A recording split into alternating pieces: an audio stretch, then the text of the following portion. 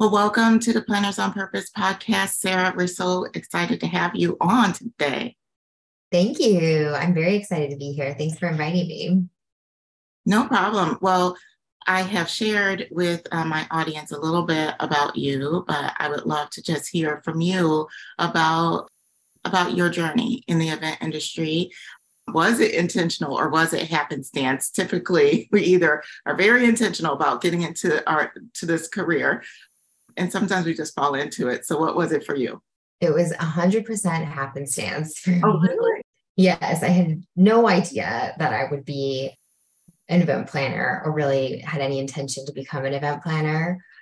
Growing up, when I was a kid, like a lot of, I feel like young girls and boys, I wanted to be an actress, an actor, and then a teacher. I thought I would be a teacher for a while.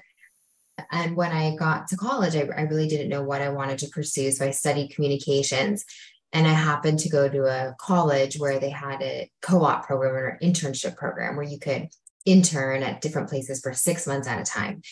And I was really interested in healthcare at this point. So now I'm thinking maybe I'll go into nutrition or go into the steps of my parents who are both in the healthcare industry. And I interned at a healthcare nonprofit, and I continued to work there after my internship just to make some extra cash in our customer service department. And when I graduated, I started to apply to just a whole bunch of different jobs. And everything that was coming up was like very salesy. And I didn't feel like I was in the type of personality to do sales. And the company that I had been working for, this nonprofit, had an event coordinator position open. And so because I had already had my foot in the door at the organization, I was hired. And that was how I fell into event planning.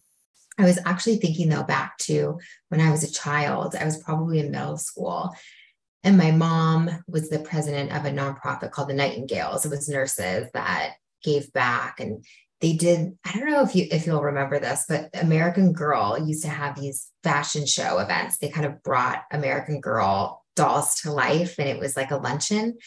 And the Nightingales put this luncheon on every year. And I have so many memories of these luncheons, and I helped put out programs and helped work the event. And so kind of connecting this thread through, I thought, oh, see, it's always been there. I've always loved being on site at events. That's really great. So what do you love most about being, I guess, what you do right now? What I love most, well, I love being on site. I mean, that is just, I really feel the most just alive and kind of centered on site. I love like going from point A to point B to point C, D, E, F, G, and just having it be nonstop. I think because I've been doing events for so long now, I mean, I don't like when there's a crisis at all or if something needs to be fixed, but I definitely anticipate it. And I'm like, all right, this is going to happen at this event. Let's figure this out. I think I kind of thrive in some ways in that environment. And so for sure, that's, my favorite part of the job. And then just day to day is my team. And I love working with the team and putting things together. And that's just brings, joy day to day. So, yeah, I love it when the events come together. It's like all of your hard work, because there's quite a bit of hard work that goes into just the planning and the meetings and all of the details. So getting on site, seeing it all come together, connecting with the extended team that you have in your venues, it really just, there's just such a sense of accomplishment, especially getting it done right. And it's so great. So, and it's awesome when you have an amazing team to work with as well. Yeah, it's my favorite. Do you mind if I ask you questions? I'm curious. What's your favorite? To me, I think on site too. I think it's the last couple of days of on site, because typically the first couple of days, that's when people are normalizing. You're getting all of the little quirks out and smoothing things out. But the last couple of days tend to start to run very smoothly. Yeah. Yeah, and it's just really great to see it all come together and just for it to complete. And I love it when the attendees come and they're just so just thankful and just so happy. I love sending them away very happy. Yeah, like the customer service element, and you can see the finish line. Are you able to sleep the night before the first day? No, not No. if anything, very, very little. What about you? Same, so little. It's a very light sleep. And then I keep looking at my alarm and then I'm like, okay, it's going to go off in 15 minutes. So I You don't want to be late, right? Or that's so funny. So tell me about working a little bit in your teams. Like what are the characteristics of a good team? Because I know you've worked with many teams over your career. Yeah. I mean, I think the characteristics of a good team are a lot of communication. Like I like to just communicate throughout the day, questions here or there. No question is a bad question. And I think understanding of things when they need to change, because things have to change a lot. And I've kind of always gone by this mantra also is like, if you catch things that were wrong in the planning before an event, like you're still doing your job, right? Like I've had instances in my career where I've caught things like, oh, I shouldn't have done that, but I caught it before the event also. And it's like, oh, well, that's my job. I'm catching these things before. So a team that kind of functions in that way, catching things, looking for holes, and then just having like a really positive and calm attitude, I think, being really flexible as an event planner. If you don't have a team that's flexible or they get kind of frustrated when things change, I think that contributes to a breakdown of an event team. So really flexibility, I think, is number one for a team that plans events to work together. You mentioned a good point because sometimes we are the first to know of a challenge or anything that might need to have some attention. And that's usually a good thing because that's what you want to have happen, right? So taking those things in stride and in an attitude of just kind of perseverance and positive is so important. So I think I just really love that point that you made there because sometimes we're like, oh my gosh, everything's always going wrong. We're there to be able to help support things intentionally. So it's great. Exactly.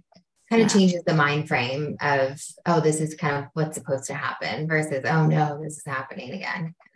Yes, exactly. Mm-hmm. So I also want to talk a little bit about the fact that you're an author of Lucky Boxcutter, Learn How to Have a Successful Career in Events. So just congratulations on publishing your book. It's a really wonderful read. I really appreciate reading it. But tell us a little bit about that, just the journey of saying, hey, I want to write a book, and what was the inspiration for it? Tell us all the things. I started writing it 8 years ago, a really long time ago. And at that point, I had been doing global events for a few years. I've been doing event planning for 10 years. And I was traveling all the time. And I think part of it was a few different reasons. I was looking for a creative outlet for myself. I've always loved to write. Since I was in elementary school, I had diaries and would write a day, kind of memoir-esque style, which is what Lucky Boxcutter in some ways is.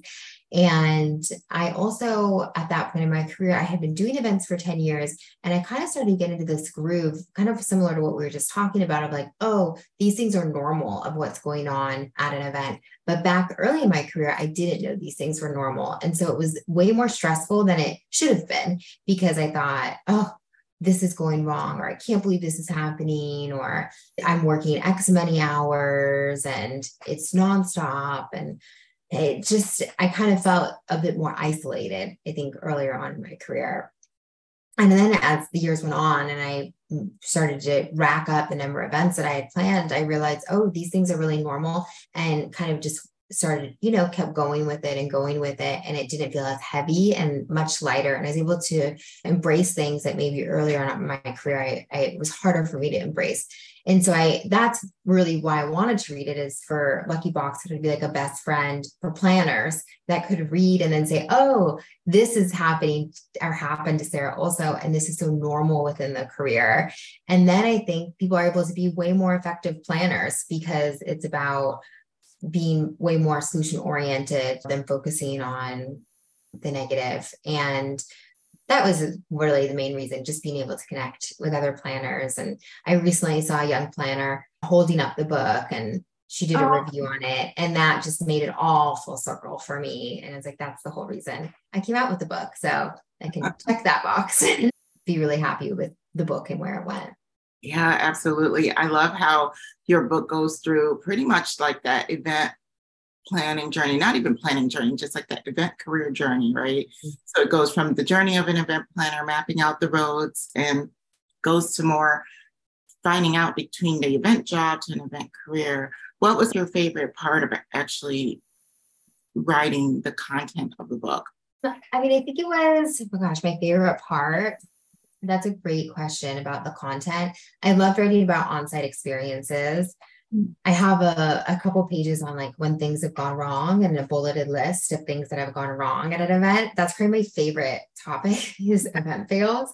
So that for sure was one of the most exciting pieces to write about, because I just pictured a reader reading it and feeling like they could totally relate, or, oh my gosh, I can't believe that happened. Kind of just being in the event planning trenches. And it just, feels good to put pen to paper, finger to keyboard, just overall. When I felt I had a good nugget, writing is an interesting experience. There's times you write and you think, oh, this is terrible. I can't believe I would ever put this out there. And then you'll have the next day where you think, this is amazing. Like, I think it's coming together. And the next you're like, oh, like I like can't even read this myself. So it's definitely an up and down journey, I would say. And we had a little side conversation before this, and I had mentioned my brother had self-published some fiction novels, and he had said, it's never going to be in a place where you're not going to be able to edit it. Like, you're always going to find things. So you just have to be okay with it and be done. And that was really great advice. Yeah, just be okay. Sometimes your best is good enough, and get it out, right? So yeah, just go for it and see what happens. So. Yeah, I love that, because it can be a struggle writing, but I love how just little bit by bit, incremental, keep focusing on getting it out. I think that's really important, because I know there's a lot of aspiring writers out there. So those are some good tips. Yeah. Okay. So in your book, you talk about there's a part that I enjoy reading about your VP of operations at one point being a sneaky mentor, allowing you to fail so that you can have this teachable moment. I would love for you to just talk about the impact that made on your career, because mentors are very important as we're going through our journey. Yeah. So early on in my career, I was reporting to the VP of operations, and one of my first events, she was like, where do you want to place registration? I think there were around 1,000 people at the event, maybe my second event, but early on. And I said, oh, I'll place it over here. It was like this long, big wall. So I thought it would look nice. And then there was a problem with people that needed some on-site registration help because they hadn't pre-selected sessions. And so they had to know which breakouts they were going into. And so the line started to build up because they were needing a lot of hands-on help. And the line backed up and like went to this balcony area and then had to curve. And it just, the sight of it, the visual of it looked like, oh, wow, they're having lots of problems at registration. And after the event, she said, I knew it should have gone on the other wall because it had this long runway for the line.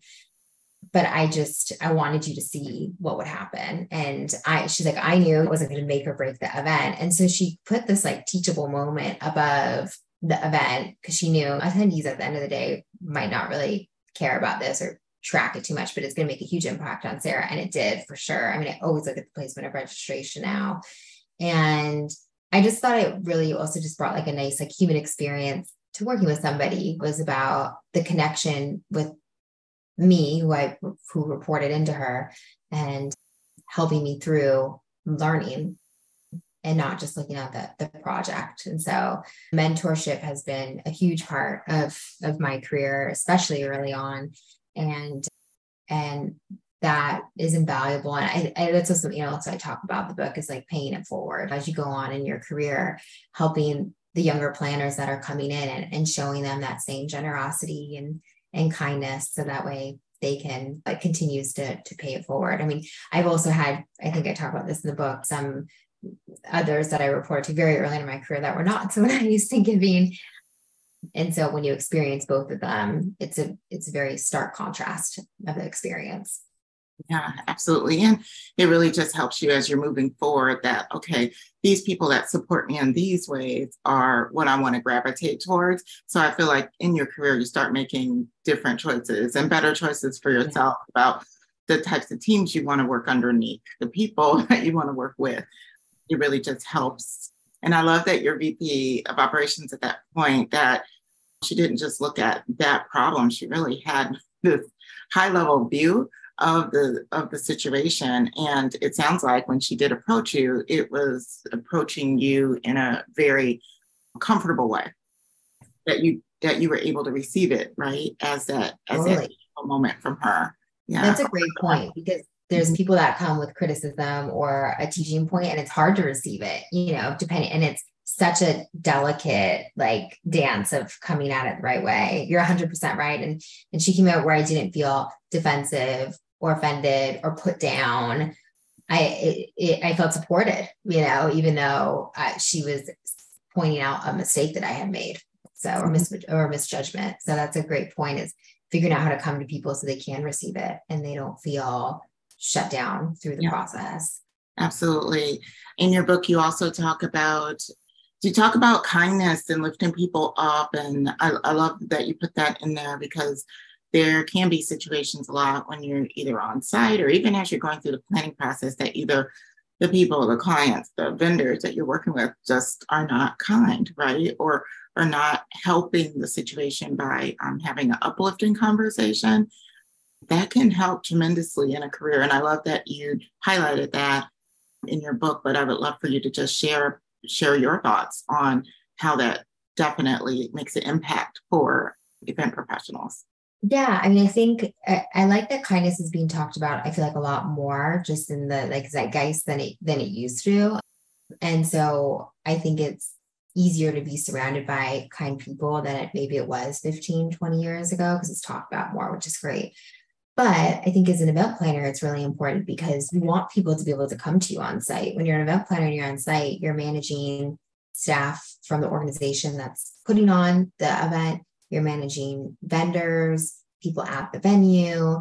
And if you don't approach it with kindness, people don't really want to come to the planner, whoever the lead planner is, and talk to them or come to them about things. So one, it starts to impact the event negatively because no one's working as effectively as they would since the planner is unapproachable. And two, I think the other thing is just selfishly, when you're going away from the event and the event is over, we hope that people have a certain level of self-awareness and some introspection about how the event went. And planners will feel so much better about their own performance at the end of the day if they treated everyone with kindness, or when something went wrong, instead of berating the person or being rude to the person, and came at it instead with understanding and being solution oriented.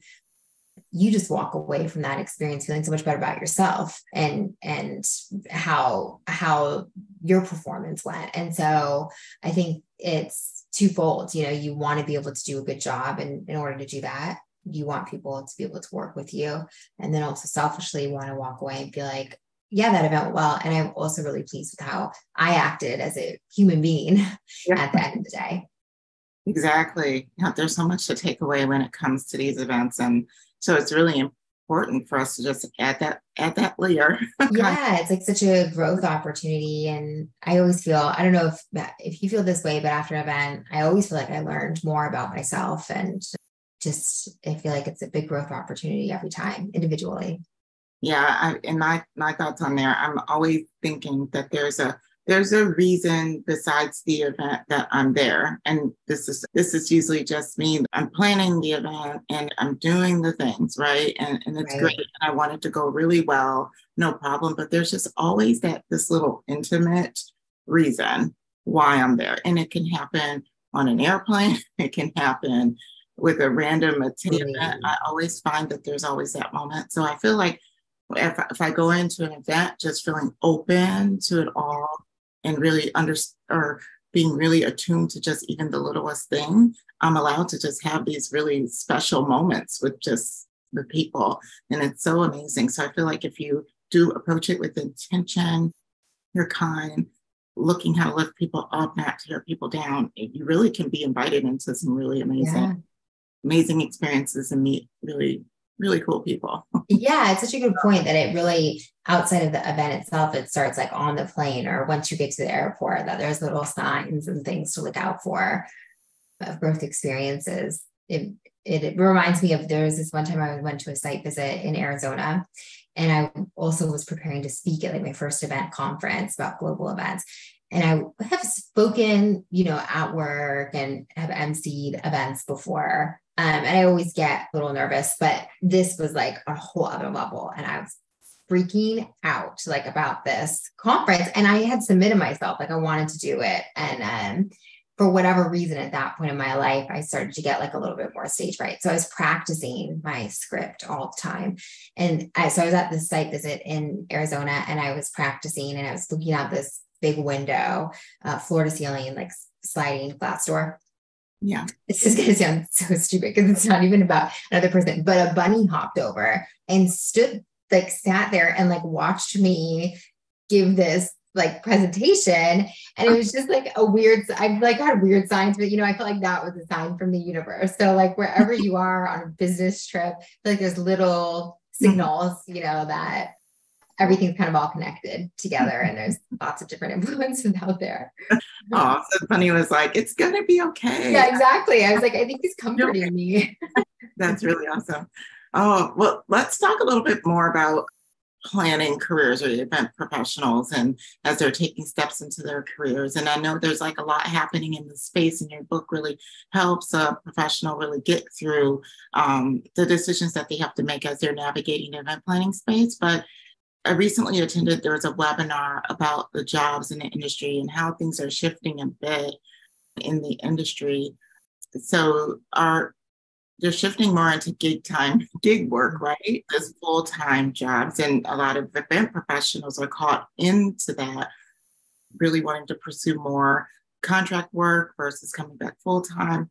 I'd love to just hear your thoughts on that, what you're seeing, if it's a trend for you as well.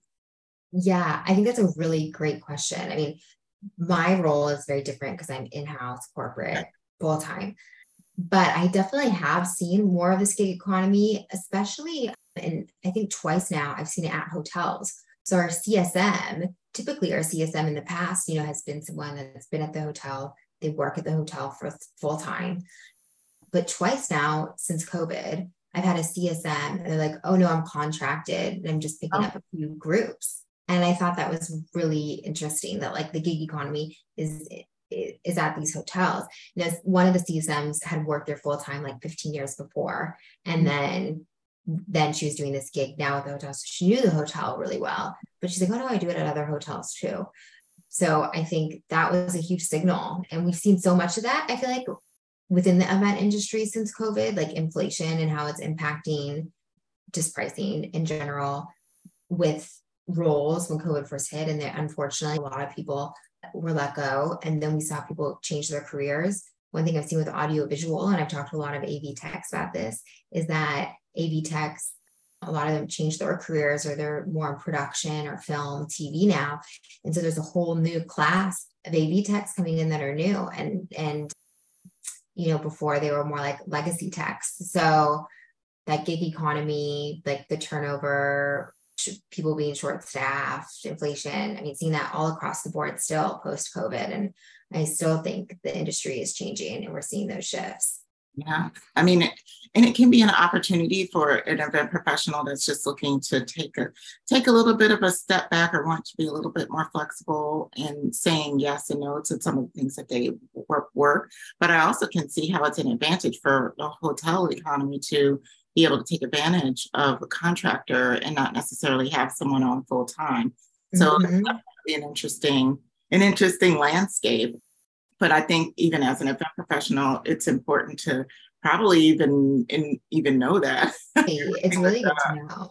And also, like, if someone's in-house and full time, knowing that there's planners out there that you can like tap into, right? Like, depending on what goes on with the economy and how that might shift budgets for different companies, knowing that there's planners that you could tap. I also think there's this conversation a lot about like hyper local. It was a huge topic during COVID. And I think that we've seen trends of that now where people want to be more hyper local, not travel unless it's necessary, be more particular about their travel. So I think that for planners that want to do more of like gig work, being like a hyper local gig planner in a specific area, assuming there's higher traffic in that area, is probably like a good way to go if someone doesn't want to be full time. Absolutely. There's so much opportunity for an event professional just to create a different experience for them. And the support is there now more than ever with a lot of these different platforms and companies that really help support people that want to do contract work.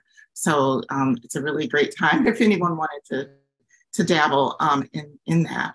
But I would love to talk about, let's say, event professionals that are looking for that full-time position, and they really want to step forward in a career of event planning. What would be your suggestion for them, some tips for them to land the role that they are looking for? Yeah. So, I mean, if they're new, I would say to the industry, I would say, go look for jobs at an event assistant, event coordinator, entry level role. And then there's a bunch of organizations like Meeting Planners International. I believe they have, student pricing for them to become members, and they're on all different towns and cities. That's a great way to network. So looking for those types of associations. There's also a lot of wonderful ways to see job postings now. Before there was maybe one or two websites, but I know the Vendry, they're a site selection website, but they send out job availabilities that they hear about within the event industry in an email every month. So like signing up for those types of newsletters, like the Vendry, LinkedIn, of course, they have a great way to apply. And I think not discounting calling on your own. I mean, my co-op, that internship that I received at that healthcare company, which ended up becoming my first job, I was told by my advisor at school at the time, well, you apply for this healthcare job, but you probably won't get it because they're looking more for business majors in your communications and arts and sciences. So no one's going to call. And so I found their number online. I called the number. I spoke to the receptionist. I said, can I please speak with the person in charge of the co-op program at your organization? She put me through to this woman, Elizabeth, and I left her a voicemail. I said, hi, I'm a student. She called me back and said, come in for an interview. We actually filled all the spots, but because you were so proactive, we want to meet you. And so I came in, I did the interview, and that's the only reason I got that internship, which really led to my whole career. So being proactive at that way and calling people and being more personal, I think it is probably more important now than ever before. Yeah. I mean, and especially with AI now really coming into this HR space and really automating the process of a recruiter with reviewing resumes and things like that. So we are seeing that resumes that have specific keywords, they might go through the process, but those that do not, or they're too long, or whatever the parameter, let's say that recruiter sets up, they won't be seen. So sometimes you get these people that are really probably deserving of that role, that because of the way that everything's engineered to not go through, Totally. It won't happen. So it's so true. They won't even get seen. They'll kind of get lost among all the other papers. So yeah, and it was always easier to know, let's say, who was hiring back in the day. Now you don't know the person, so it's really hard to figure out of who's hiring, who's the hiring manager, how do I reach out, how do I make the personal connection. So it definitely is a little bit tougher now, but any way that you can make it be very crafty, really try to make yourself stand out is going to be really key. So I'm glad that you brought that up. Yeah, you got to make that personal connection as much as possible, which kind of goes back to events. It's all about, face to face. So speaking of just some technology enhancements, I know there's lots of different technology platforms that are out there and integrating into everything that we do. Have you seen this impact how you work in your role? And do you see that these changes will have a big impact on our industry in the future? Yeah, I mean, I think event tech is huge. And I think that I can't wait to see, as more comes out. I mean, the biggest impact for me, which might sound silly, but is on-site registration and on-site badge printing, which has been around for a handful of years now. But compared to 10 years ago, we'd be at the office until 1 a.m, fighting with the printer, trying to print thousands of badges. If you didn't have the budget, outsource that. And so to be able to have even more, and it's becoming more and more affordable too, on-site batch printing and being able on the fly to make changes. That's a huge time saver for an event planner and a better experience for the attendee. So I think these behind the scenes event tech is great, but when it merges with the on-site experience, I anticipate there's going to be more and more inventions that bridge those experiences, the planning and the on-site experience. And that is one that I'm really excited for. Also, in terms of like Chat GPT, there's some planners that are using it to help them source venues or put together like an itinerary in Napa, and then at least keep creating a draft, and then going back and editing it, but it just starts the process going. And so I think that planners' times are going to always be required, but it's going to be way more efficient than it ever has been before. And so just even more will be able to get done in a shorter amount of time. Yeah, absolutely. And the key is to really start looking at these tools and trying to implement them. But, if you're in-house, bring them up to your leader, just seeing if it's possible that you can utilize them, find ways to make your job a little bit easier would definitely be helpful, because I feel like it's not going to stop there. It's going to be continual advancements of technology. So the more that you're able to be in it, try at least to kind of get to know working with, let's say, some of this AI technology is going to be very helpful for you in the future. Yeah. Yeah. And like you said, like getting familiar with it, I think that's the biggest thing. It's like we're also crunched for time already. And so making sure to create that time to learn how it can impact our jobs, it probably should be a top priority as much as possible. So absolutely. So I wanted to touch on this before we wrap up, and it's just the idea of just stress and overwhelm. I know in your event career journey, we all have gone through areas of stress or overwhelm or even burnout. I would love for you to just share if you've had a challenging moment and how you moved through it, as to help some other event professionals that might be struggling right now. Yeah, I mean, throughout my career, I've definitely had those experiences where I feel overwhelmed or stressed, not sleeping, having those nightmares about events and when things go wrong, or, forgetting the date and the event's happening in my sleep. And I think the biggest thing is to just always remember things are temporary, and that if you feel stressed and like all this, maybe you're on site and you feel like there's so much going wrong, a lot of it won't even register with the attendees. They won't even know. And if they do, 2 years from now, a year from now, no one's going to be really thinking about it anyways. And I don't say that to just like minimize what we do, because it is important, but putting it into that context of like, a year from now, no one's going to really remember. And I think it also kind of ties back to that conversation we were having about kindness. I think it was Maya Angelou, but she has a quote around like, people will forget what you said, but they'll never forget how you made them feel. Yes. I think that's really important when you put emphasis on that. And then a planner is able to look at, how am I acting in these situations? How am I being as a person? And if you can be proud of how you were, then if some things are failing or you're feeling stressed or overwhelmed, as long as you keep that intention of treating others with kindness, treating yourself with kindness, it's all going to work out a year, 2 years from now. So I think trying to put it in perspective. I love that, because after all, it's like you just have to get through that day. Yes. Get through the next day. And sometimes the challenges of the day, as you're walking through it, you will just, if you approach them in the right way, you'll just find that some things resolve themselves, or that you're just able to get through it a little bit better. So I just love looking at it as though it's temporary. Do the best you can, have kindness, and move through. I love those.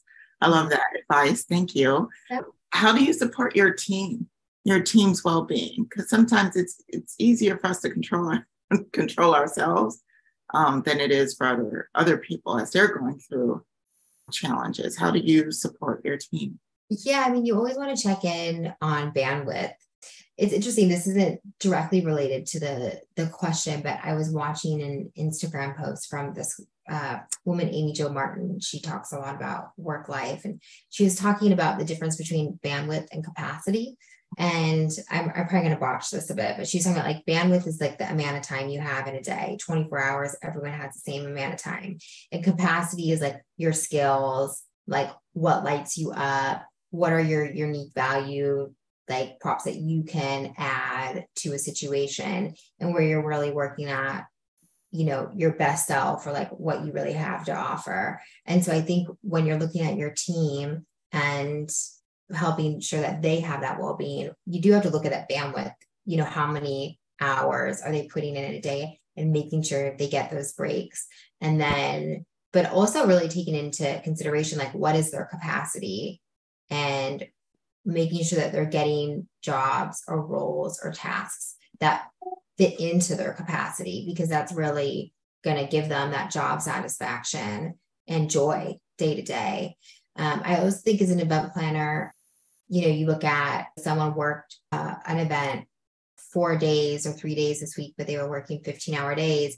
Hey, you should take 3 extra vacation days on the end of this, in addition to others, because you put in all this extra time. It takes a while to recover from an event mentally and physically at the end. There's like a huge event hangover.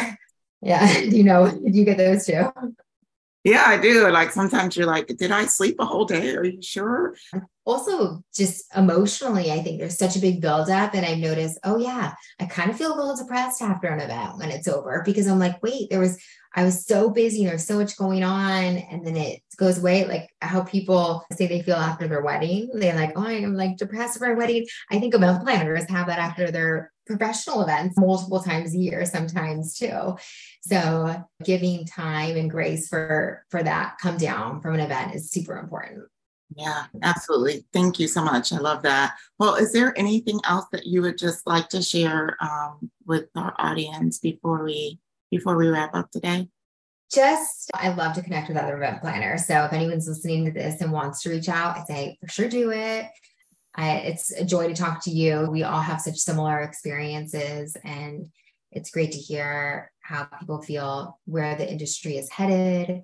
Talk about event fails, my favorite topic, and just to keep going. The industry is like rapidly changing, I think, and it's a wild time. And I think that we'll probably all look back on this time 5 years from now and be like, whoa, look what we went through. So awesome. Yeah. Thank you. I think that could be your next book there, Sarah, Event Fails, or you can find a fun title for it. But yes, thank you. I know. I think I would. I think it would be a fun one for everyone to read, a collection of event fails. I would love that. I love that. So before we wrap up, definitely, I wanted to ask you just some quick rapid fire questions. I usually like to just ask some fun questions at the end for some of our guests. So are you down to go through this quick rapid fire? Awesome. So the first question is, what is your favorite fiction book? That's a good question. I know I should have a rapid fire, but I read a lot of different books. It doesn't have to be like that rapid. If you have to think, that's fine. Okay, favorite fiction book. I really like, this is like sci-fi fantasy, so not everyone's going to relate to this, but A Court of Roses and Thorns, or Thorns and Roses, like a trilogy, is really good. And they're coming out with a Hulu series about it. That's one that I read last year. And I mean, The Great Gatsby is a classic, always a favorite. I haven't read that one though. Oh, it's so good. It's very romantic. I think you're right. Yeah, it's very good. Perfect.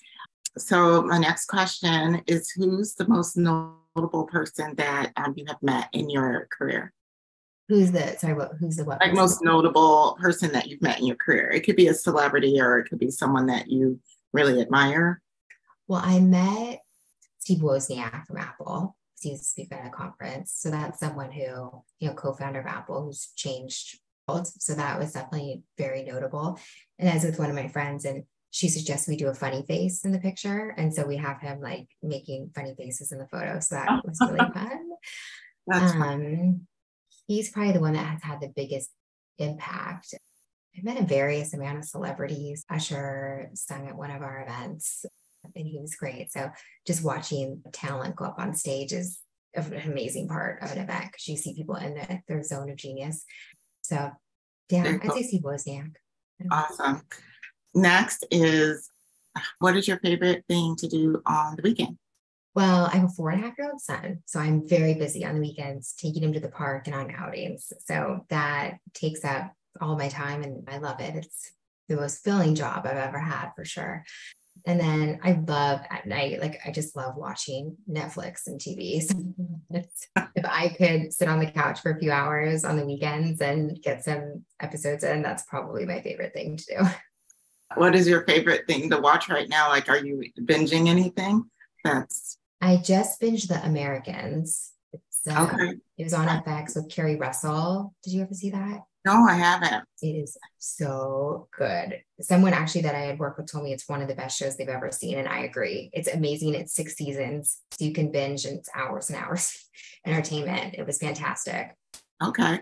I have to put that on my list. I have a long list of Netflix. Yeah, you'll have to let me know. You'll have to let me know if you watch it. I think it's on Hulu. Right okay. now. Yeah. Perfect.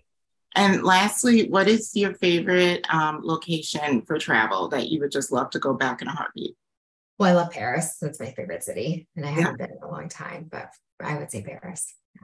Have you been there when the Eiffel Tower is lit up and at night? Yeah. Yeah. It's so beautiful. And I just like the culture of sitting at a cafe facing out the street and people watching and sitting there for hours and having lots of coffee and food and conversation. It's that would probably be my favorite way to spend time. Just all the time is just eating, drinking, chatting. Yeah. And I feel like Paris lends itself to that in a very beautiful It setting. does. Yeah, when I did that exact thing right by the Eiffel Tower, like me and a friend, we had like some French fries or something. It was like we wanted to do the thing. Yeah, it's such a beautiful experience. So Yes. yeah. Where would you choose? Oh gosh, where would I choose to go again in a heartbeat? Yeah. To me, I love I just love Hawaii. So Oh yeah. I'm always there. I've gone there, Do you? but I just absolutely love it. So it's just somewhere that I would go in a heartbeat. All of this. Oh, that's great. That's great. It's nice you go often too. I feel like that's one thing I have to get better at is planning things in advance because then you have it to look forward to. It's Yep. a good life hack. Yes, exactly. Exactly. So it was wonderful having you on the podcast. Thank you very, very, very much. This was a great conversation, and I'm sure everyone who listens will get a lot from it. So Oh, if thank you you. want to share with everyone where to find you, I know you mentioned it before, but if you want to wrap up by just saying where to find you one last time, that Sure. would be Yeah. So luckyboxcutter.com is where I have information on my book. That's where paperback copies are sold. It's also on Amazon. If you search Lucky Boxcutter Sara Gorlick, there's a Kindle version. And then I'm on Instagram at Lucky Boxcutter. perfect. Well, thank you so much, Sarah. Have a wonderful rest of your week. Thank you so much. This was so fun. Thanks for having me.